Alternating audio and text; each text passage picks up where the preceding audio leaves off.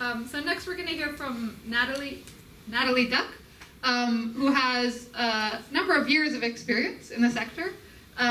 She previously was the Senior Advocacy Advisor at Action Against Hunger. She's worked with Greenpeace International and Greenpeace UK on their legal campaigns and as a whaling campaigner. And she is now the Head of Policy and Campaigns at Concern Worldwide UK. She has led the delivery and evaluation of all of Concern UK's advocacy initiatives relating to global hunger and undernutrition. And she's particularly interested in documenting the human stories of communities living with hunger and environmental degradation. Natalie. Thank you.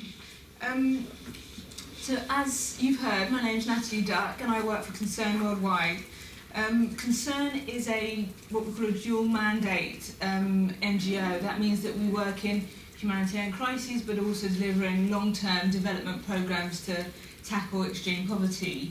We were actually founded in 1968 and our first response was a big food security and nutrition response to the then Biafra war, and that whole notion of tackling hunger and undernutrition is still really central to our work, and in a way we really draw on that, particularly when we look at something like the MDG framework, because within Concern we really see the provision of positive and good nutrition as foundational to development. So for example, if you have good nutrition, you will be able to be healthy. It leads to good maternal health, it then leads to healthier children. If you have good nutrition, you're able to learn and you really boost your ability to gain an education, which will then inform your ability to have a good livelihood and actually make a positive contribution to your state and the growth that we've heard about here of an actual country.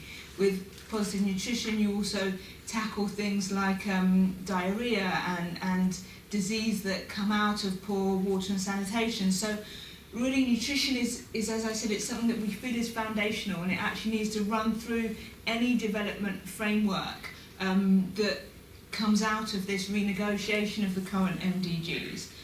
Now, when I kind of look back and think a little bit about the successes of the MDG framework that's just coming to a close, there are a couple of key standout issues that I definitely think need to be flagged. And the first is that the MDG framework in itself was the first time that you really saw the international community come together with significant amounts of political will and resources to make a concerted effort to tackle poverty. And you can see that actually some of this work that we've heard about, this halving of child deaths, halving of extreme poverty, bringing down maternal health by a 45% ratio.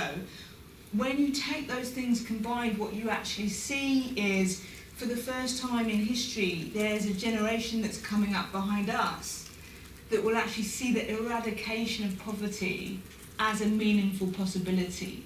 So when we put the first set of goals together, we were cutting things by half. We were dealing with ratios of 40 and 50% reductions, and the end of poverty was not actually in sight.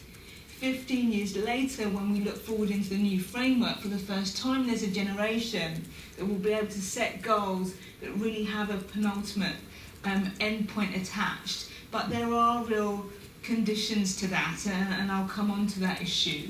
I think the other thing that needs to be flagged as a real success is the MDG framework. It's actually quite succinct. There are only 8 goals. There are a small number of targets and indicators. It's actually quite memorable. And because of that, you had world leaders really come behind it and rally behind it and commit to it. But in addition, what we saw was this growth in global ability to collect data and measure our progress towards tackling extreme poverty. So we moved from this position where a lot of the international community were only really looking at the GDP of a country, how wealthy it was. That was the key things that we measured in the 80s and the 90s. Now, in the 2000s, we measure GDP, but we also measure all sorts of other things that help us understand the progress that we're making to fight poverty. We measure things that help us understand inequalities that are happening globally, and that allows us to have a debate not just about growth, but about inclusive growth, and how do you grow in a way that bring people from the bottom up, and you grow in a way that brings the poorest with you.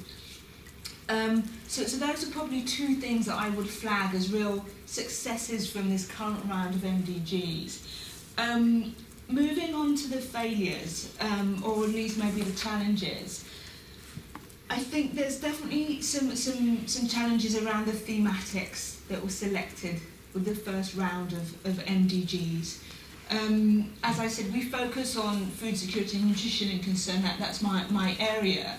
Now, food security and nutrition were very central to the MDGs, and we've seen great progress. However, peace, conflict, governance, law and order were absolutely missed out of the MDGs.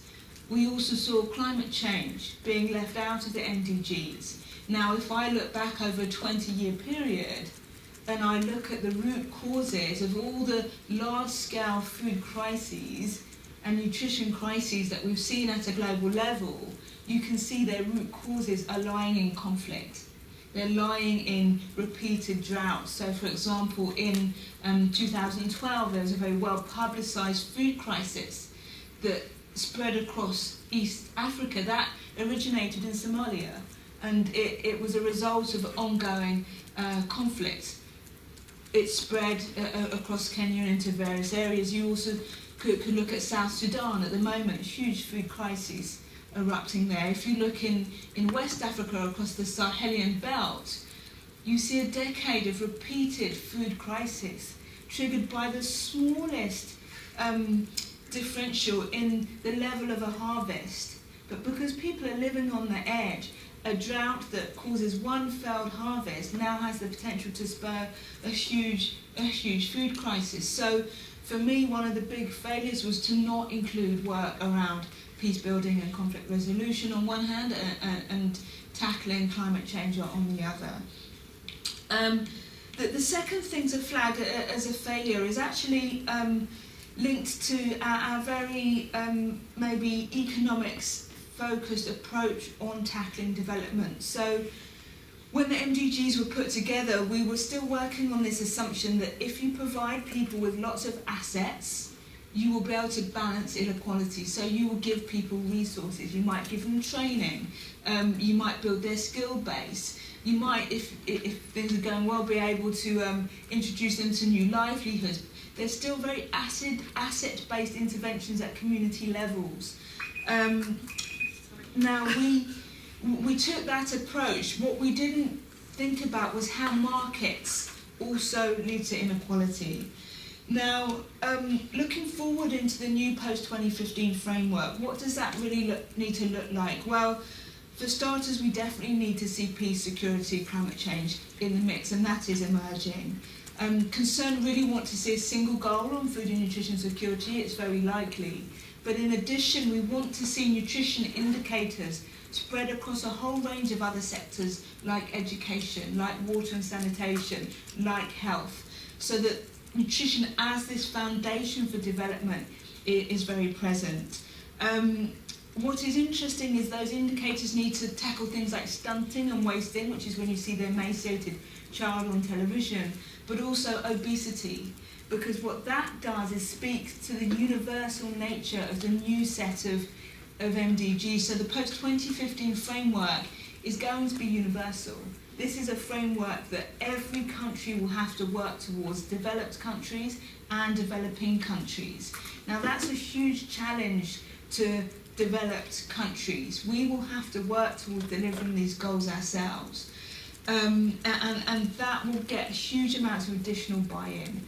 The last point I just want to flag before I wrap is that the way the new post-2015 framework is funded is going to be hugely important. Because the MDG framework was very asset-based, you could fund that by giving financial resources. With the new framework, there's a debate about how trade will help us tackle and raise money to tackle poverty. There's a new debate about technology and knowledge transfer and the role that that will need to play in tackling poverty, as well as the older issue of financing. So I think that's really something that we need to work towards, having a more creative approach to financing our development ambitions. Thank you.